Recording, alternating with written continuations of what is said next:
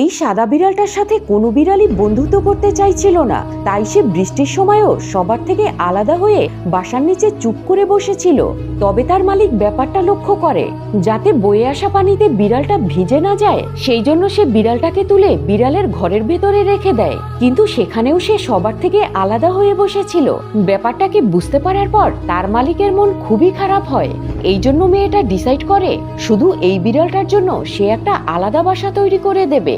আসলে একেবারে সাদা যে বিড়ালগুলো হয়, অন্য বিড়ালেরা সেই বিড়ালগুলোকে ঠিক পছন্দ করে না। তার কারণ এদের হেলথ কন্ডিশন বেশিরভাগ সময় একটু দুর্বল হয়। তার সাথে অন্য শিকারীরাও এই সাদা বিড়ালগুলোকে ইজিলি স্পট করতে পারে।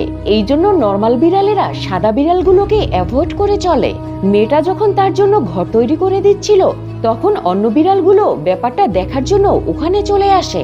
তার যখন ঘর তৈরি করা কমপ্লিট হয়ে যায়, সে একটি সাইনবোর্ডও লাগিয়ে দেয় যে এটা শুধু সাদা বিড়ালটার জন্য।